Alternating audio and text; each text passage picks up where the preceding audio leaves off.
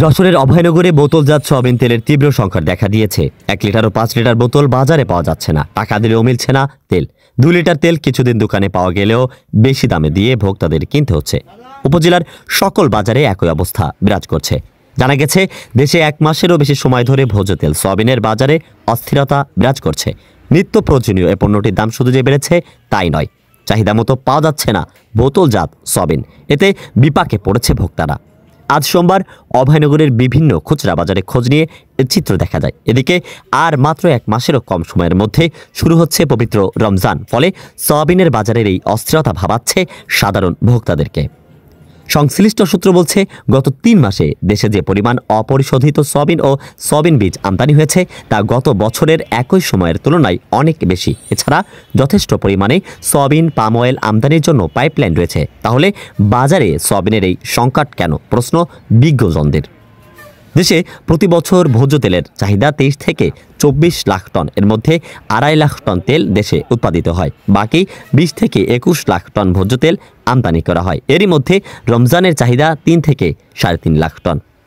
সংশ্লিষ্ট সূত্র আরও বলছে, প্রতি বছরই মিলাররা রমজানের আগে তেলের দাম বাড়ানোর জন্য একই কাজ করে থাকে। পাইকারি ডিলাররা ও খুচরা বাজারে সয়াবিনের সরবরাহ কমিয়ে এক ধরনের কৃত্রিম সংকট তৈরি করে, পরে দাম বাড়িয়ে দেয়। এদিকে নোয়াপাড়া বাজারের পাইকারি দোকান মালিকরা বলছেন, ডিলাররা বোতলজাত সয়াবিন তেলের সাথে 10টি সামগ্রী নিতে বাধ্য করছে। না নিলে ডিলাররা তেল সরবরাহ বন্ধ করে রেখেছে। বিভিন্ন সামগ্রীর ওনাদের সাথে যে আইটেম আছে, এই আইটেমগুলো না নিলে কোনো লিটার তেল দিচ্ছে না। আমরা খুচরো বাজারে খুচরো কাস্টমারে খুচরো মাল 1 লিটার, 5 লিটার, 2 লিটার তেল দিতে পারছে না। সে খুব ঝামেলা করছে কাস্টমাররা। তেল নিতে আসছে, চাল নিতে আসছে, ডাল নিতে আসছে, আর কোনো কোম্পানির মাল দিচ্ছে না। আমি 5 কার্টুন অর্ডার দিলে আমার 1 কার্টুন দিচ্ছে কোনো রকম। সেজন্য বাজারে প্রচণ্ড আকারে তেলের শর্ট। তেল 1 সপ্তাহ যাবত অল্প অল্প শর্ট সাপ্লাই দিচ্ছে, অল্প অল্প দিচ্ছে। আপনার ডিলার, এখানে ডিলাররা দিচ্ছে, তার সাথে কন্ডিশন বেঁধে দিচ্ছে।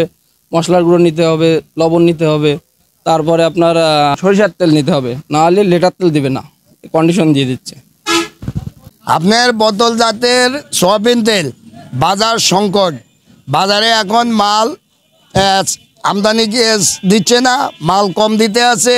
তাছাড়া আপনার কোম্পানির অন্য সামগ্রী আছে, তাদের অনেক এক এক কোম্পানির আটা, চাউল বা তেল, অন্য জিনিস আছে। এসব জিনিস নেওয়া লাগে।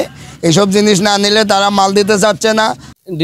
ডিলারে যে মাল দেয় পরিমাণে, কোম্পানি সেভাবে মাল দেয় না। মানে 100 কার্টন দিলে দেয় 20-30 কার্টন, তা সেই হিসাবে মাল দিলে মাল পুরো মার্কেটে সেল দিয়ে পারে না।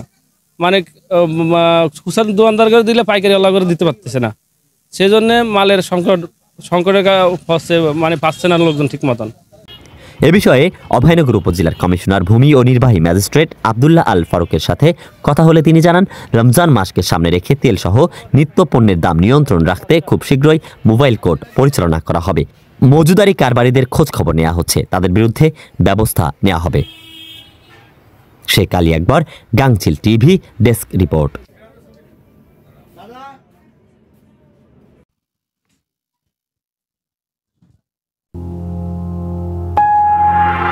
গাংচিল টিভি, সত্য প্রকাশে অনুসন্ধানী চোখ।